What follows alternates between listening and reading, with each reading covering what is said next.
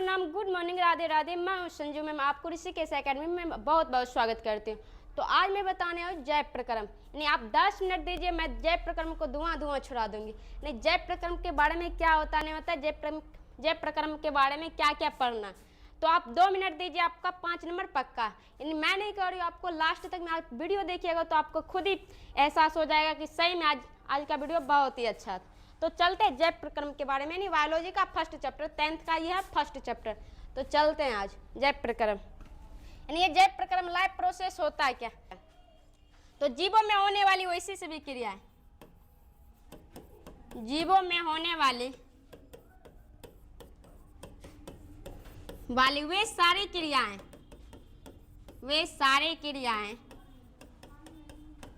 जिसमें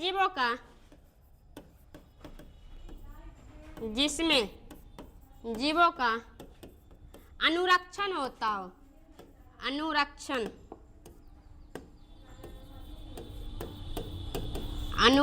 होता हो, जय प्रक्रम कहलाता। जय प्रक्रम कहलाता है।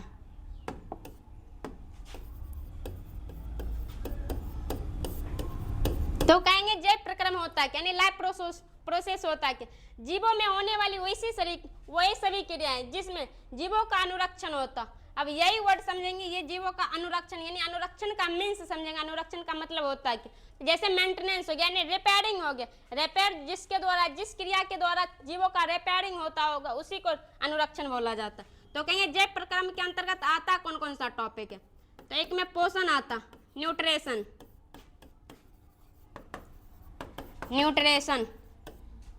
दूसरा नंबर में आता शोषण, रेस्पिरेशन।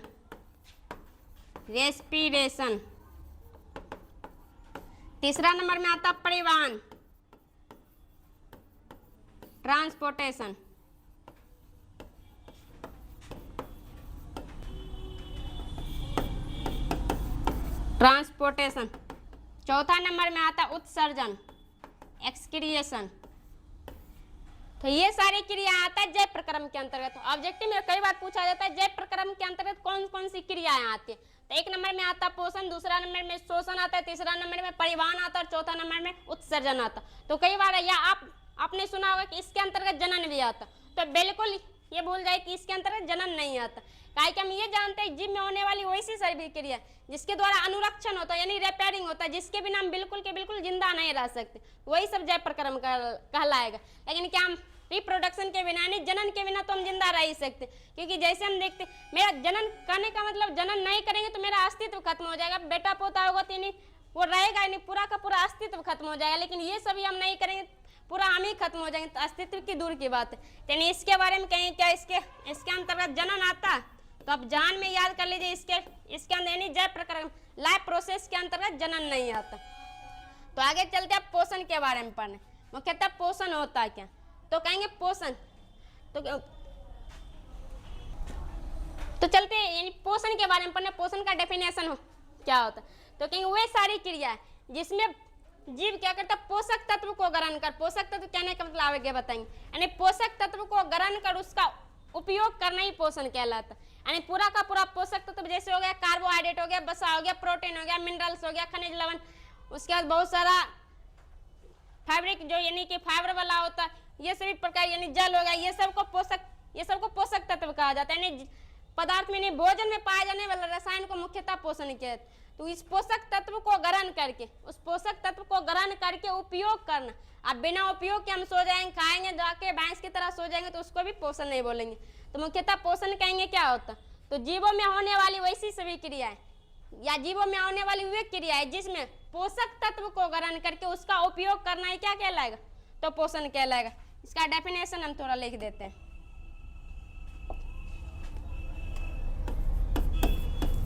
पोषण, न्यूट्रिशन वे क्रियाएं जिसमें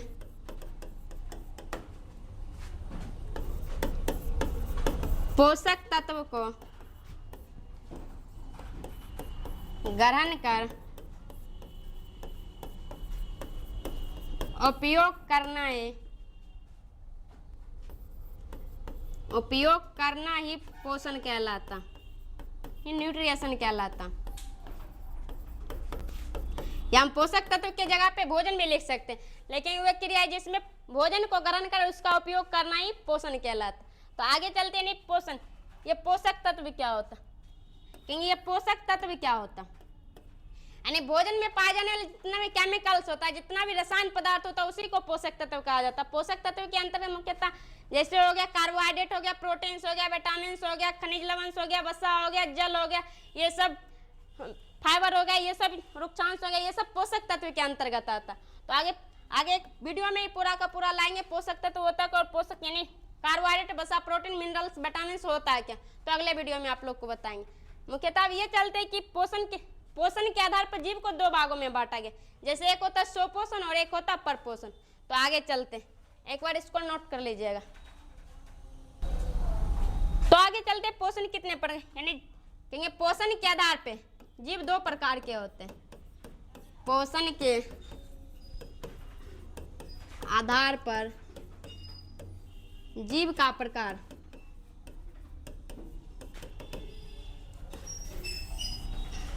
तो हम जानते हैं एक नंबर स्वपोषण, 7-8 में पढ़े होइएगा स्वपोषण। दूसरा होता है परपोषण,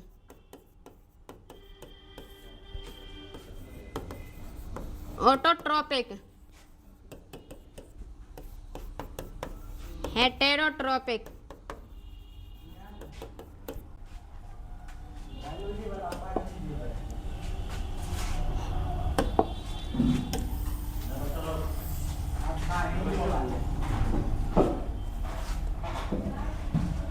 तो आगे चलते कहेंगे पोषण के आधार पर जीव दो प्रकार के होते हैं, एक होता है स्वपोषण और दूसरा होता है परपोषण।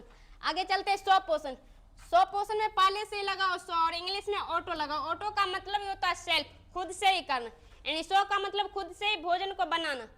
अब पोषण का मतलब अभी इससे पहले बताए थे पोषण होता है क्या, वही सारी क्रिया जिसमें जीवों का यानी जीव क्या करता, पोषक तत्वों को ग्रहण करके उसका उपयोग करता। यही मतलब जो उपयोग करता खुद से ऐसा करता, खुद से संश्लेषण करके उपयोग करता, उसी को स्वपोषण कहेंगे। तो मुख्यतः बस इतना सा डिफेंड नहीं करेंगे, लेकिन पोषण काय की पोषण का प्रकार, तो लिखेंगे वैसा, लेकिन पोषण की वह प्रक्रिया जिसमें जीव अपना भोजन को खुद ही संश्लेषित करता, यानी खुद ही बनाकर खुद ही उपयोग करता, उसी को क्या बोलेंगे, स्वपोषण। एक बार देते हैं डेफिनेशन। पोषण की वह विधि जिसमें, पोषण की वह विधि जिसमें जीव अपना भोजन स्वयं संश्लेषित करता हो, अपना भोजन स्वयं संश्लेषित करता हो, स्वपोषण कहलाता।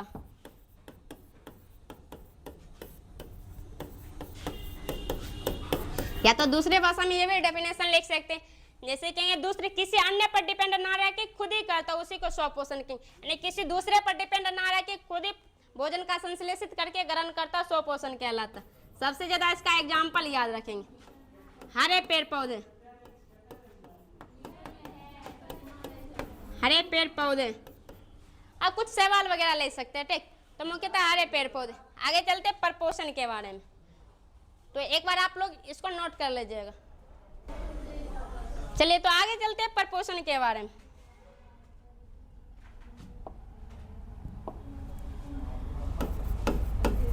परपोषण हेटेरोट्रोपिक,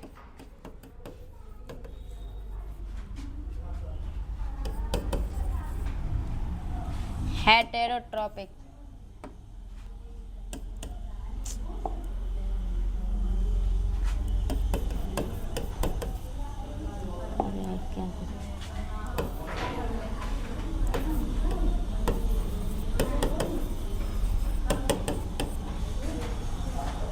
हेटेरोट्रोपिक, इसको कट करना है स्पेलिंग थोड़ा।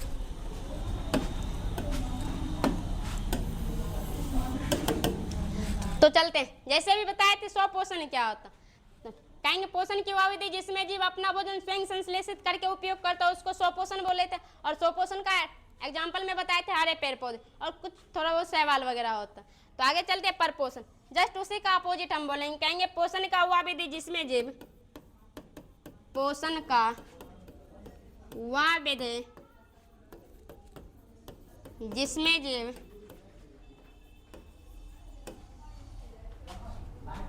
भोजन के लिए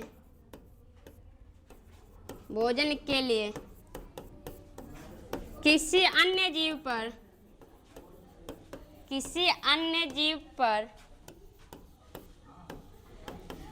प्रत्यक्ष या अप्रत्यक्ष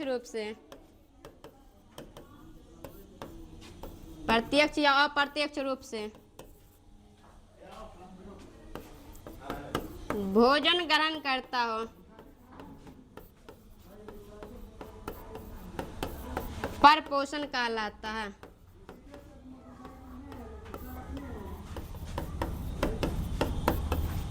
तो बस ये अच्छा सा डेफिनेशन रहा। कहेंगे परपोषण क्या होता है, तो ये भी पोषण का प्रकार है।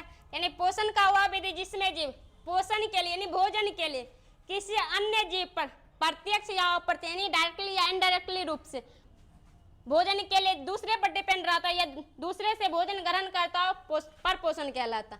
बस इतना सा छोटा सा डेफिनेशन देना। और 2 नंबर में कभी कभी पूछा जाता पोषण क्या, मुख्यतः पोषण का डेफिनेशन दे देना। और पोषण कितने प्रकार के होते हैं, 2 प्रकार के, स्वपोषण होता है और दूसरा परपोषण, यानी ऑटोट्रोपिक और हेटेरोट्रोपिक। ये दोनों का डेफिनेशन देकर एग्जाम्पल वगैरह दे देना, बस वही हो गया। लेकिन 5 नंबर वाला में पूछेगा तब आगे बताते क्या करना है।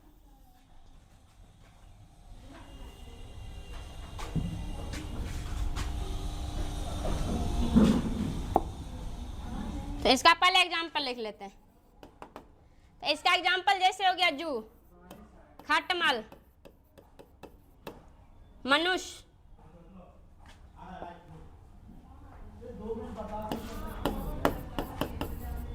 ये सभी क्या होता है किसी अन्य पर डिपेंड रहता है। जैसे चूहा हो गया, खटमल हो गया, मनुष्य हो गया, कुत्ता हो गया, बिल्ली हो गया, जितना भी हो जाएगा ये सभी के सभी परपोषण। ये खुद ही नहीं भोजन बनाता है, किसी अन्य पर डिपेंड रहता है। जैसे हम लोग कहेंगे खुद ही खाना बनाते हैं, बिल्कुल नहीं, क्योंकि जब भी हम खाना बनाते कुछ भी हम बनाते, जैसे चावल बनाते तो हमें चावल बनाने के लिए यानी भात बनाने के लिए चावल की आवश्यकता, दाल बनाने के लिए दाल की आवश्यकता, पानी की आवश्यकता होता है, नमक की आवश्यकता होता है, जो कि मानव के द्वारा बनाया गया।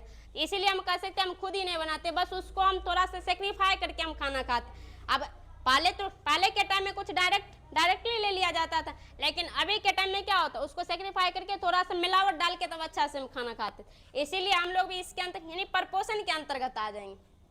आगे चलते परपोषण का प्रकार कितना होता। परपोषण मुख्यतः 3 प्रकार का होता। तो चलते कौन कौन प्रकार होता है परपोषण का।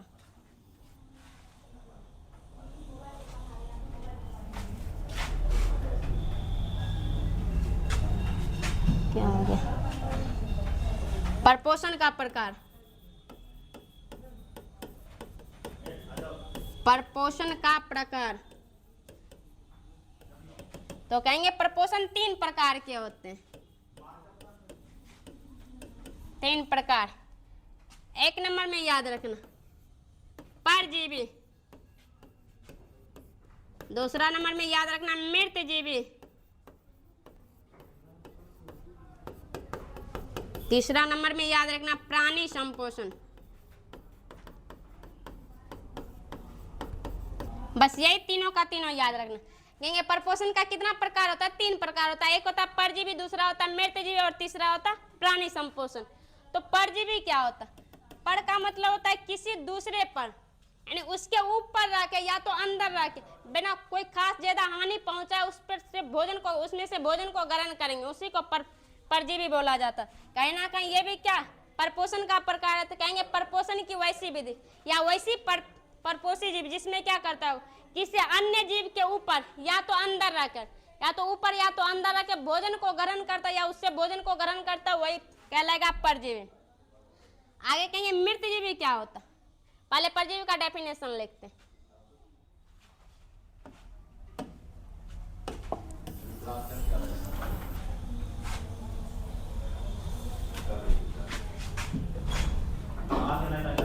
परजीवी अभी क्या बताते हैं, कहेगा किसका प्रकार है, या तो कहेगा परजीवी किसका प्रकार है, या तो कहेगा मृतजीवी किसका प्रकार है, और कहेगा प्राणी संपोषण किसका प्रकार है। ये सभी के सभी परपोषण का प्रकार हो जाएगा।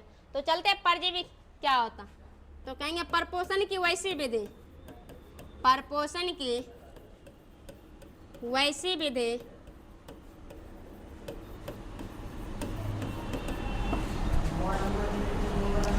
विधि जिसमें जीव किसी अन्य जीव के शरीर के ऊपर या अंदर रहकर या अस्थाई या अस्थाई रहकर, अस्थाई या अस्थाई रहकर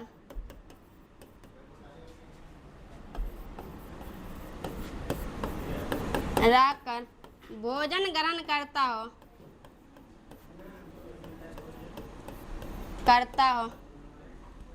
परजीवी कहलाता।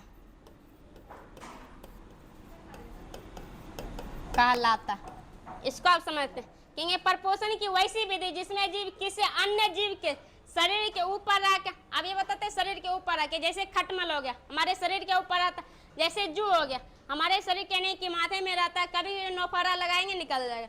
तो मुख्यतः कहेंगे यानी कि जू क्या होता, परजीवी होता। लेकिन परजीवी में भी किस प्रकार का परजीवी होता, किस प्रकार के परजीवी जीव होते, तो हमारे शरीर के ऊपर रहते, इसीलिए इसको बाह्य परजीवी प्राणी भी बोला जाता।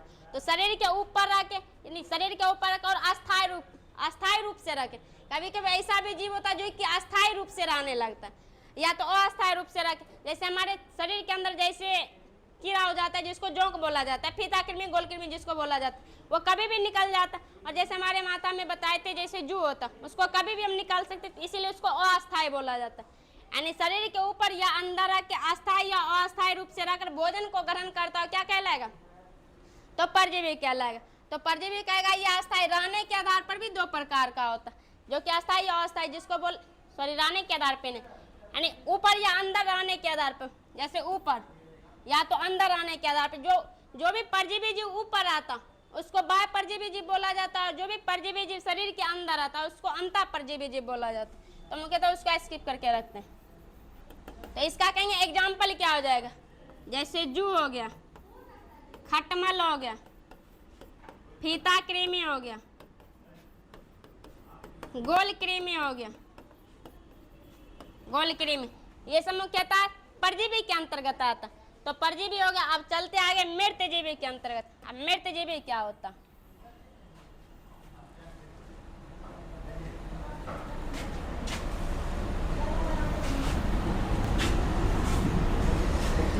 परजीवी हो गया, मृतजीवी,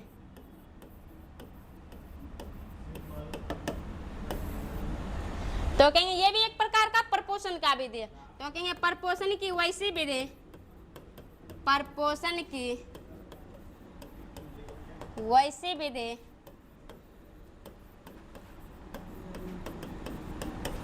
जिसमें जीव मृत शरीर से कार्बनिक या अकार्बनिक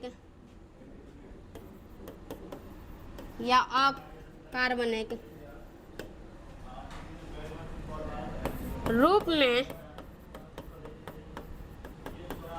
भोजन ग्रहण करता हो मृतजीवी कहते हैं, मृतजीवी कहते हैं। तो कहेंगे मृतजीवी क्या होता है। अभी ये भी बताए थे ऑब्जेक्टिव में डायरेक्ट पूछा जाता है कि ये मृतजीवी स्वपोषण का भाग है या परपोषण का भाग है, तो परपोषण का भाग। कहेंगे परपोषण यानी मृतजीवी होता है क्या, तो परपोषण की वैसी विधि, परपोषण का ही प्रकार था इसीलिए हम डायरेक्ट लेके, परपोषण की वैसी विधि जिसमें जीव मृत शरीर से, यानी जब भी मृत मर जाएगा या तो घाव घोष होने के बाद वहाँ पे सेल्स जो होता है, टिश्यू होता है, वहाँ पूरा का पूरा मर जाता है। इसका मतलब ये नहीं पूरा का पूरा शरीर ही मर जाएगा, जो भी सेल्स वगैरह मर जाएगा उसमें भी छोटा छोटा कवर क्या छोटा छोटा फफूंद लग जाता है, बैक्टीरिया वगैरह आ जाता है। यानी कहें मृत शरीर से कार्बनिक या अकार्बनिक पदार्थ। जैसे हमारा शरीर भी बना होता पूरा कार्बनिक या अकार्बनिक पदार्थ से मिलकर बना होता है, यानी कार्बनिक या अकार्बनिक रूप से भोजन को ग्रहण करना ही क्या कहलाएगा? भोजन को ग्रहण करता वो जीव को मृत जीव भी बोला जाता। तो चलते इसका एग्जाम्पल देखने। जैसे हो गया कवक, जीवाणु, ईस्ट, इसे ईस्ट भी एक प्रकार का कवक ही है। तो ये सब हो जाएगा मृत जीव का एग्जाम्पल। जब तक कोई भी टिश्यू या कोई भी सेल्स मरेगा नहीं तब तक ये सब पनपेगा नहीं। जैसे रोटी वगैरह को कुछ टाइम छोड़ देने के बाद ऐसा होता है उसमें फफूंद, छोटा छोटा फफूंद लगने लगता है, क्योंकि वहाँ पर जितना भी होता है कार्बन को घुलने लगता है, जिसके कारण इसमें कवक बैक्टीरिया यानी कवक लग जाता है, छोटा छोटा जीवाणु लग जाता है, नहीं बैक्टीरिया वगैरह लग जाता है। तो आगे नहीं ये पूरा का पूरा मृत जीवी क्लियर हो गया। आगे चलते तीसरा प्रकार प्राणी संपोषण के अंतर्गत।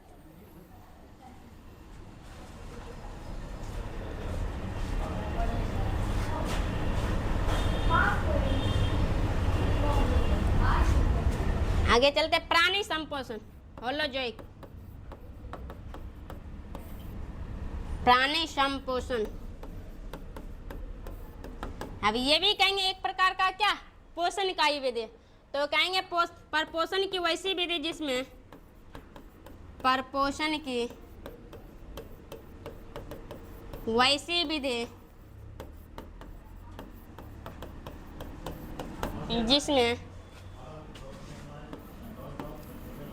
जीव भोजन को ठोस या तरल के रूप में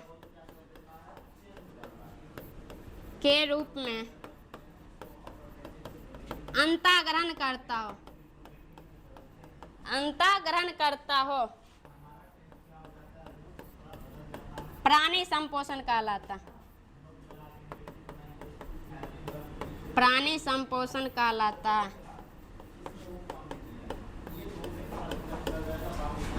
तो कहेंगे प्राणी संपोषण क्या होता? तो कहेंगे परपोषण की वैसी विधि जिसमें जीव भोजन को ठोस या तरल के रूप में, यानी ठोस कहने का मतलब सॉलिड और तरल कहने का लिक्विड, यानी ठोस या तरल के फॉर्म में यानी रूप में अंतःग्रहण करने की प्रक्रिया नहीं करता, उसी को क्या बोला जाता है? प्राणी संपोषण कहलाता। वो कहता है इसमें एग्जाम्पल सबसे ज्यादा याद रखना जरूरी है। जैसे हो गया मनुष्य हो गया, गाय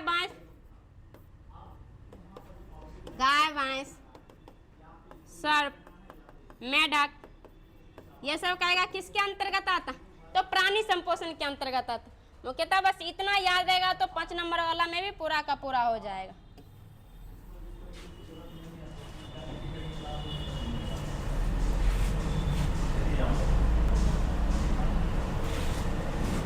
चलिए, तो ये रहा क्लियर।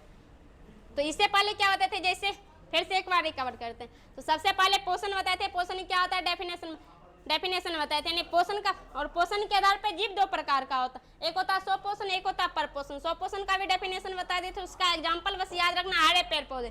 क्योंकि हरे पेड़ पौधे किसके अंतर्गत आता है? स्वपोषण के अंतर्गत आता है। आगे चलेंगे परपोषण। परपोषण होता है 3 प्रकार का होता है, एक होता है परजीवी, दूसरा होता है मृतजीवी और तीसरा होता है प्राणी संपोषण। कभी कभी ये भी सुने होइएगा सहजीवी होता है, सिम्बायोटिक रिलेशन वाला भी होता है। जैसे बताते छोटा सा, एक होता है जैसे कवक और एक होता है शैवाल। अब ये दोनों इसको एक को खाना बनाने नहीं आता और एक को पानी पीने नहीं आता, ठीक है। तो शैवाल में एक होता है क्लोरोफिल। आगे बताएंगे जैसे स्वपोषण के अंतर्गत अभी बताए थे हरे पेड़ पौधा आता, और हरे पेड़ पौधा कैसे कैसे खाना बनाता उसी के बारे में बताएंगे। तो बताए थे शैवाल में क्या पाया जाता है? क्लोरोफिल पाया जाता है, लेकिन कवक में ऐसा कुछ नहीं पाया जाता। लेकिन कवक में ऐसा भी होता है कि इसको पानी लाने की क्षमता होता है, नहीं पानी लाने आता, लेकिन इसको पानी लाने नहीं आता। तो ये पानी लेकर शैवाल को देता, और ये शैवाल पूरा का पूरा फोटोसिंथेसिस करता, नहीं प्रकाश संश्लेषण करके फिर किसको दे देता? यानी कवक शैवाल खुद भी रख लेता खाना को, और ये खाना फिर कवक को भी दे देता। तो कहीं ना कहीं एक दूसरे को दोनों को लाभ होता है, इसीलिए इसको सहजीवी रिलेशन भी बोला जाता है। और ये दोनों रिलेशन मिलकर एक लाइकेन का निर्माण करता। तो कहेंगे लाइकेन किसके अंतर्गत आता? सहजीवी के अंतर्गत आता। और लाइकेन किसका किसका बना होता? एक कवक का बना होता, कवक और शैवाल से मिलके बना होता, ये सहजीवी होता। तो अब ये चल रहे थे यानी परपोषण का कितना प्रकार होता? एक होता परजीवी होता, दूसरा मृतजीवी होता, और तीसरा प्राणी संपोषण होता।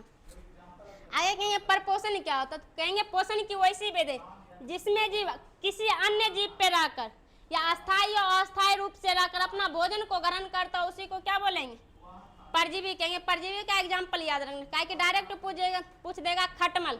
खटमल किसके अंतर्गत आता, अगर परपोषण रहे तो डायरेक्ट हम मार ही देंगे, लेकिन ये तीनों में रहे तो थोड़ा सा कंफ्यूजन क्रिएट हो जाता है, इसलिए थोड़ा डेफिनेशन से याद रखेंगे तो पूरा का पूरा याद रहेगा। और कहेगा फीता कृमि किसके अंतर्गत आता है, या तो कहेगा गोल कृमि किसके अंतर्गत आता है, तो ये सभी के सभी परजीवी के अंतर्गत आता। तो आगे चलते मृतजीवी।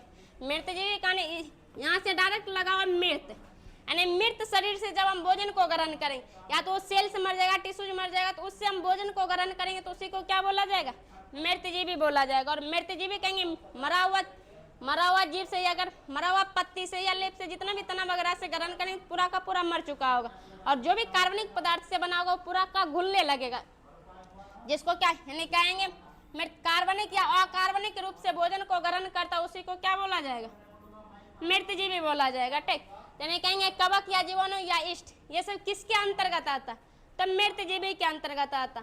आगे चलेंगे प्राणी संपोषण क्या होता, यानी प्राणी संपोषण परपोषण की वैसी विधि जिसमें जीव भोजन को ठोस या तरल के रूप में भोजन को अंतःग्रहण करता हो, डायरेक्ट निकालता हो, उसी को प्राणी संपोषण कहा जाता। और प्राणी संपोषण करने वाले जीव को प्राणी संभोजी भी बोला जाता है। ठीक, तो आगे ये भी पूछा जाता है अमीबा। अमीबा को पहचानते होइएगा, जैसे हो गया पैरामीशियम। ये सब कहेगा किसके अंतर्गत आता, ये भी प्राणी संपोषण के भी अंतर्गत आता है, इसको नोट करके लिख लेना। कहेंगे अमीबा किसके अंतर्गत आता है, प्राणी संपोषण।